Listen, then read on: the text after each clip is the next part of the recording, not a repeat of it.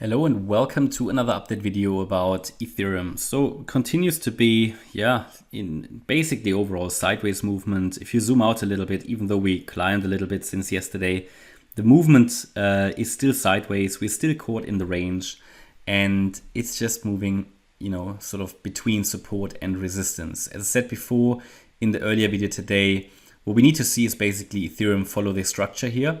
Obviously it wasn't finished yet, so I showed you just the potential for an impulse and what Ethereum would need to do to really give a clear breakout signal. Now, it would have needed to reach at least here the target for the third wave. I gave you that in the previous video. If we just measure that again, we talked here about round about 1815, so it clearly didn't reach that. These details are important.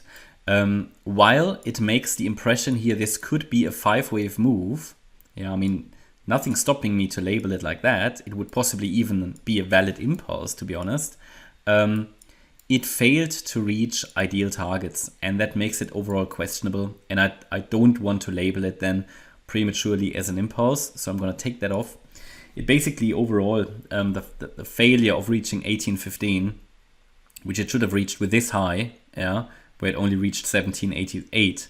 That gives it an overall corrective look, and again leaves options open here for a further decline. Again, what we need to see is a clear 5-wave impulse off the lows. So of yesterday's low, that would have been good, but didn't really see it, at least not a clear one. It then needs to hold a higher low and then needs to continue to rally. But because we didn't even get the 5 up in the first place, I'm not convinced that this is already a breakout. Now it could be, but then I wanted to hold now a higher low and rally again in 5 waves, then we can consider it. But because it failed to reach ideal targets, didn't work out, right? It didn't work out. So just to give you an example, if I was labeling it like that, just go back here quickly, and we just compare, what did this third wave actually reach in terms of target? So we can just measure that wave 1, wave 2. You can see it only reached not even the 1-to-1 ratio. That is so unusual for a wave 3. So I don't trust it, right? Just to give you an example of what I'm watching out for. And the move down looks very impulsive. So yeah, continuation of sideways action, I would say. These scenarios are still valid. We still talk here about a 1-2-1-2 setup. As long as 1662 is holding, we can rally higher in a third wave. Also possible this whole thing as a large wave 1 and then a larger wave 2. So both possibilities are there, either a deeper pullback or a shallow one. Did explain it in the previous video. When a correction has started, there's basically no way of saying, do we need a shallow retracement or a deep one?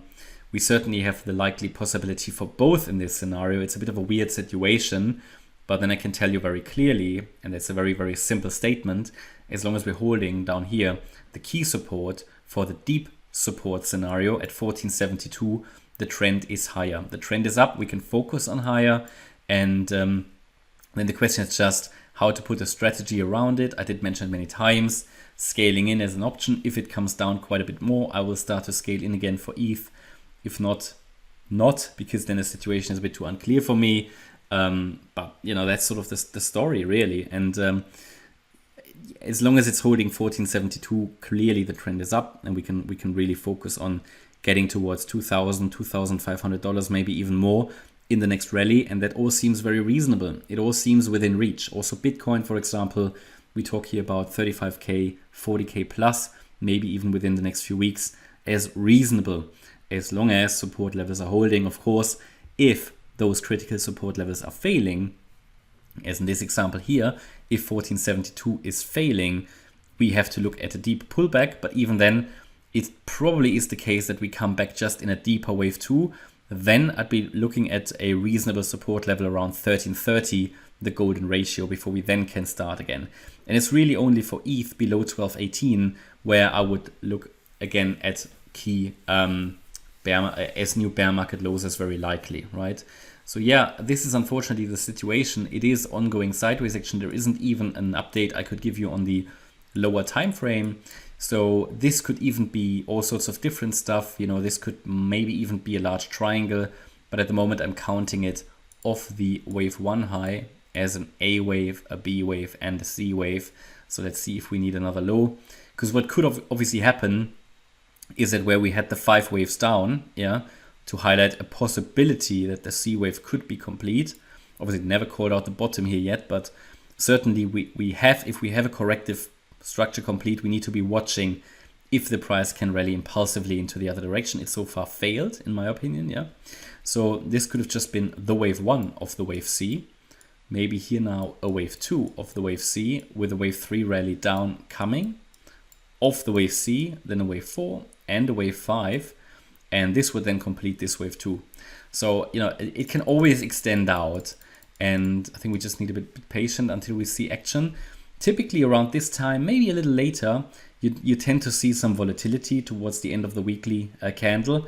So it's going to be interesting. Typically around the time when we do the member live stream, that's roughly in an hour. So today we talk about trading mindset. A very interesting topic, by the way. If you're interested in joining, check out the channel membership.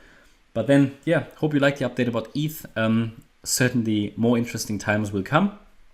I hope you like the update. If you did, please hit the like button, leave a comment and subscribe. And if you really like the content, then please check out the channel membership. Thanks a lot for watching. Bye-bye.